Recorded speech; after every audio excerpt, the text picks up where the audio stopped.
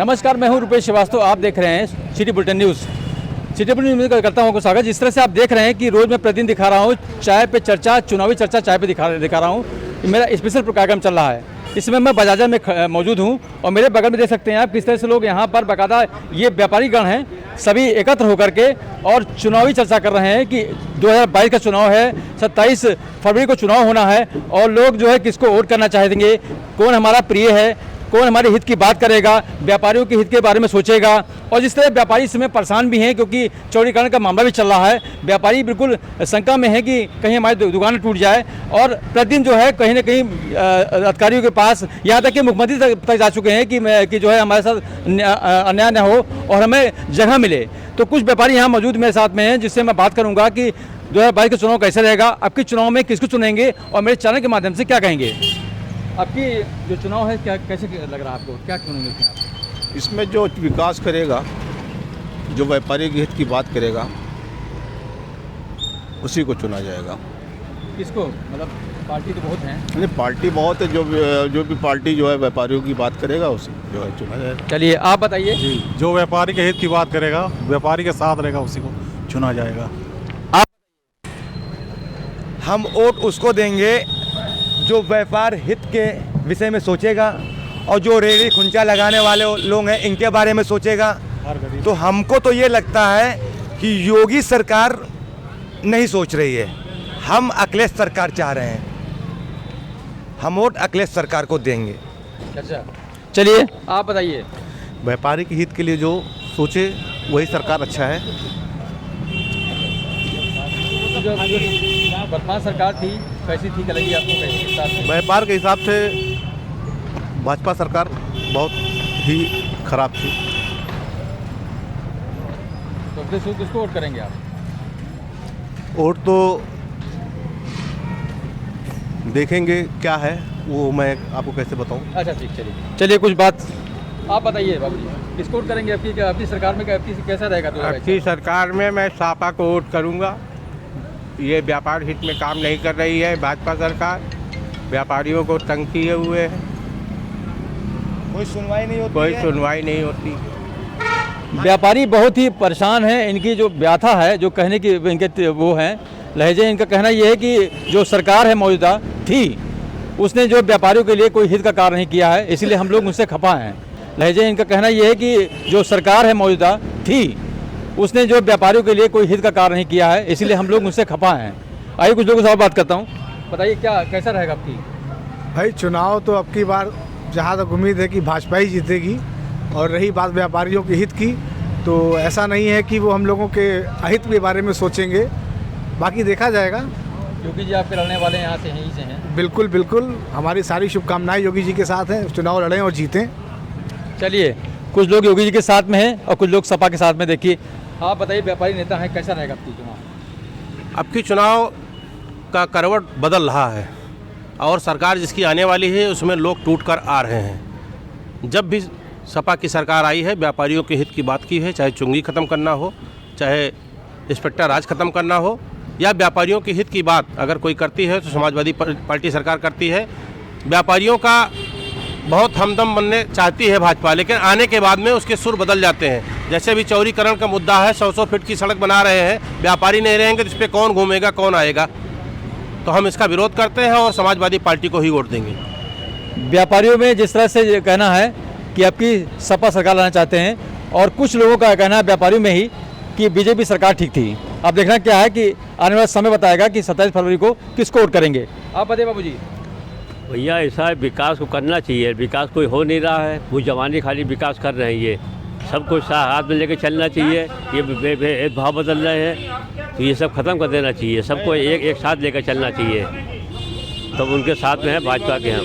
योगी को तो सपोर्ट करेंगे, लेकिन मुसलमान हिंदू वाला कर रहे हैं खाली ये, और उनका कोई विकास तो करा नहीं है। बस खाली यही एक नारा पकड़े हैं, ये विकास। कोई विकास हो रहा है? कोई विकास नहीं हुआ। महंगाई इतनी बढ़ रही है, 500 का गैस, 1000 रुपये होगा गैस का, गरीब आदमी का हाथ भराएगा वो। आप बताइए कैसे रहेगा आपकी? आपकी भाजपा को वोट दिया जाएगा और उम्मीद है कि आगे भी हम लोग का ध्यान रखेगी पार्टी, व्यापारी पार्टी हम लोगों को। और भाजपा ठीक रहेगी। अब अपने हिसाब से, मेरे हिसाब से भाजपा ठीक है मेरे लिए। व्यापारी आप भी? व्यापारी मैं भी हूँ। क्या करते हैं आप? दुकान है कपड़े की। अच्छा, तो क्या उम्मीद है आपकी चुनाव में? वोट दूंगा भाजपा को, फिर उम्मीद करता हूँ कि आगे भाजपा देखेगी, अच्छे पे ताछूदार रही है, तो उम्मीद करता हूँ कि भाजपा जीतेगी। खुद योगी जी आपकी जो है? हाँ, तो योगी जी है, कोई भी होता मैं वोट भाजपा को देता। क्या बताइए कैसा रहेगा चुनाव के? भाई चुनाव तो जो है अभी प्रत्याशी मैदान में कौन कैसा आ रहा है, बाकी भाजपा ने व्यापारियों के हित के लिए ऐसा कुछ नहीं किया कि व्यापार जो है 3 साल से व्यापारी जो है कोरोना इससे जो है एकदम टूट चुका है, और व्यापारियों के लिए जो है ये सरकार जो है कहीं कुछ सोच नहीं रही है, सिर्फ व्यापारियों का जो है और गड्ढे में डाल रही है। जितना भी काम कर रही है सब व्यापार गड्ढे में जा रहा है। इसलिए जो है आगे आने वाला समय बताएगा, क्योंकि ये सरकार जो है व्यापारियों के लिए कुछ कर नहीं रही है। इसने जो भी किया है व्यापारियों की अहित के लिए किया है। सभी व्यापारी, क्योंकि व्यापारियों को वोट सर्वे माना जाता है, व्यापारी ज़्यादा वोट करते हैं और जितनी भी पार्टियां होती है व्यापारी को लेकर चलती है। इस समय व्यापारी के जितने यहाँ बैठे यहाँ पर हैं, मैं इसमें बजाजे में चौक में मौजूद हूँ। यहाँ पर जितने भी यहाँ के व्यापारी हैं यहाँ एकत्र होकर के चाय पे चर्चा कर रहे थे, तब मेरी टीम यहाँ पहुँची।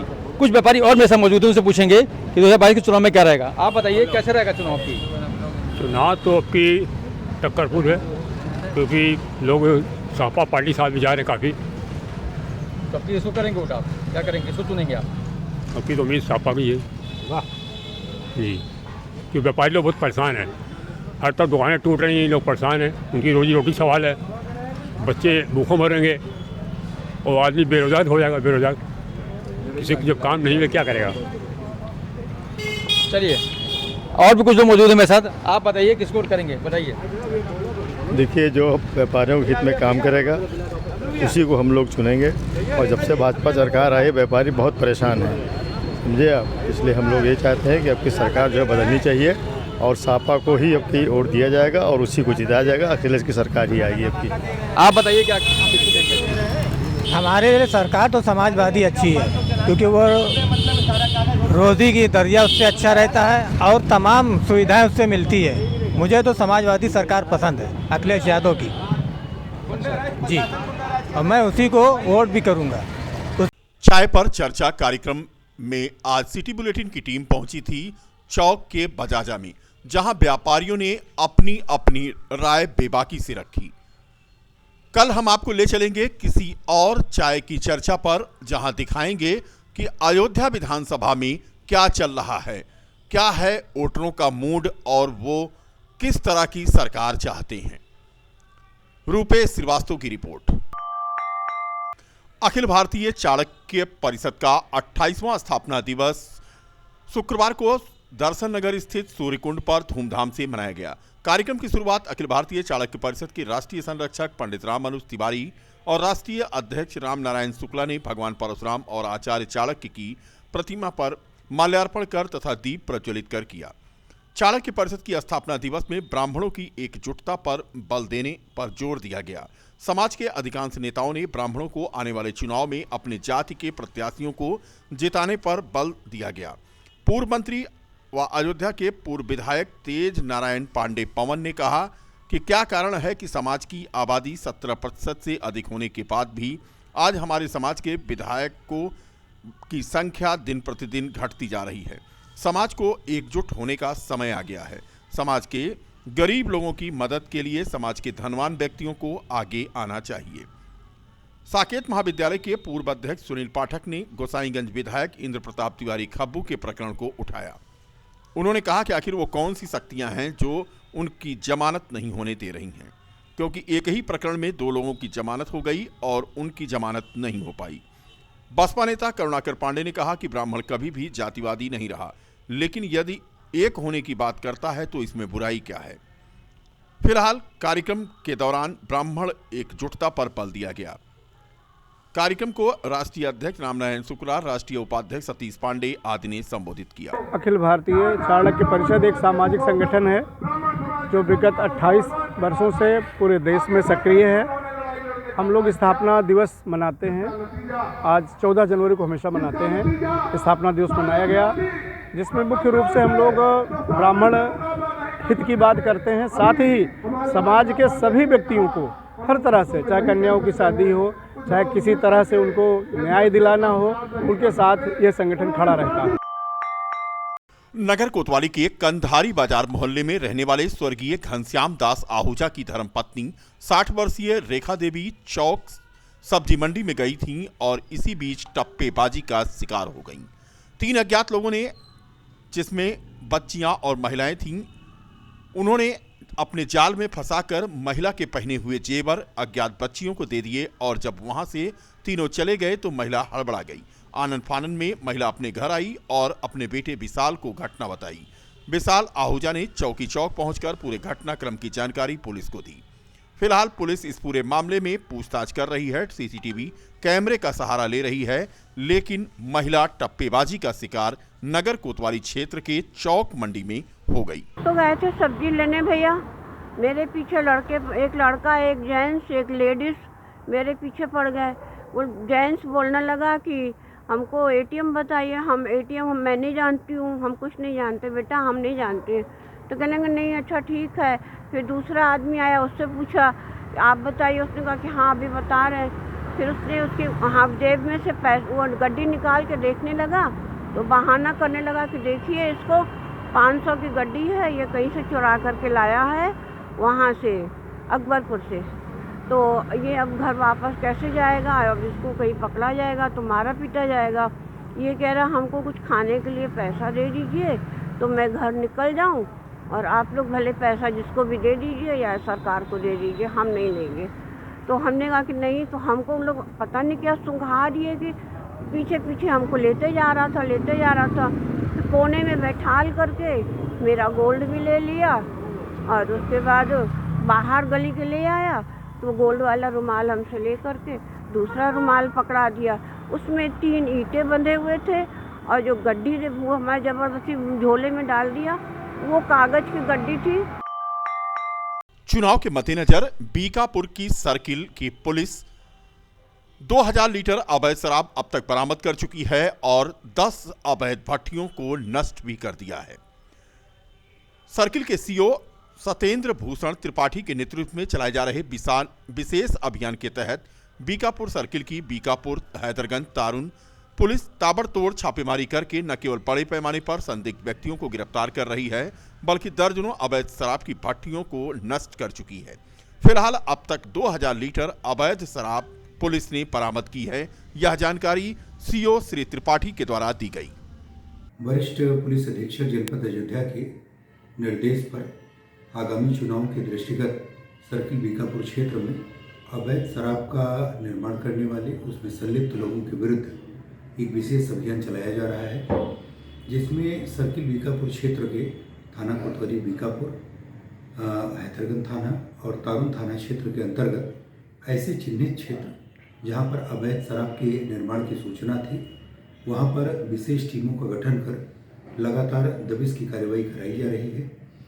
अब तक पिछले 3-4 दिनों के अभियान में 2000 लीटर के आसपास अवैध शराब की बरामदगी कराई गई और कई शराब बनाने वाली भट्टियों और उपकरणों को भी जब्त किया गया। आधा दर्जन से अधिक लोगों को जो मौके पर अवैध शराब के निर्माण में संलिप्त मिले, उनको गिरफ्तार कर आबकारी अधिनियम के अंतर्गत उन पर कार्रवाई कराई जा रही है। यह विशेष अभियान पुलिस द्वारा लगातार आगे भी संचालित किया जाएगा और किसी भी कीमत पर जो लोग अवैध शराब में किसी भी तरीके से प्रत्यक्ष या परोक्ष रूप से संलिप्त हैं, उनको पुलिस द्वारा बख्शा नहीं जाएगा। उनके विरुद्ध हर प्रमुख सचिव समाज कल्याण और जनपद के नोडल अधिकारी हिमांशु कुमार आज अयोध्या पहुंचे। उन्होंने दर्शन नगर मेडिकल कॉलेज और जिला अस्पताल का निरीक्षण किया। कोविड की तैयारियों को लेकर मेडिकल कॉलेज और जिला अस्पताल में ऑक्सीजन प्लांट का भी निरीक्षण किया। जिला अस्पताल में बने रसोई में खाने की गुणवत्ता को भी उन्होंने परखा। जिला अस्पताल में कमियां पाए जाने पर कमियों को दूर करने के निर्देश दिए। प्रमुख सचिव हिमांशु कुमार ने बताया कि मेडिकल कॉलेज और जिला अस्पताल सहित सभी अस्पतालों में बिना मास्क के किसी को प्रवेश नहीं मिलेगा। सीएमओ सहित जिला अस्पताल के कई डॉक्टर कोविड पॉजिटिव हैं, जिसको लेकर के डॉक्टरों की जरूरत है। जिला अस्पताल के कई डॉक्टर कोविड पॉजिटिव भी हैं।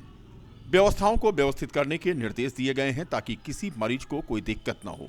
प्रमुख सचिव ने बताया कि जनपद में किशोरों और जनरल लोगों का भी वैक्सीनेशन का काम चल रहा है और इसके साथ ही फ्रंटलाइन वर्करों को बूस्टर डोज भी दी जा रही है।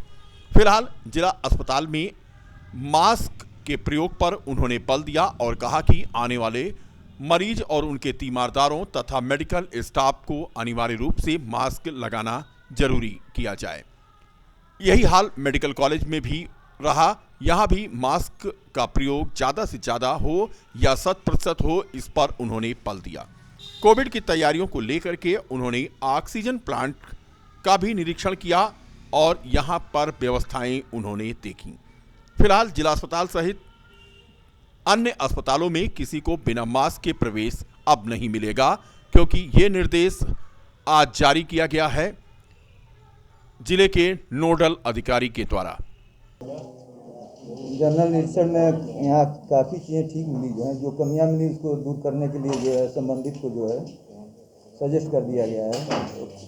कोरोना के यहाँ जो है हमारे 2 डॉक्टर जो है पॉजिटिव हैं, अभी जो है 2 कर्मचारी भी पॉजिटिव हैं, वो अपने सेल्फ आइसोलेशन में हैं। और बाकी यहाँ 2 बूथ पर जो है हमारा वैक्सीनेशन का काम चल रहा है जनरल, एक पर जनरल और एक पर जो है बच्चों का जो है, और सभी हमारे स्टाफ का ऑलमोस्ट सबका जो हमने बूस्टर डोज जो है दिलवा दिया है वैक्सीनेशन।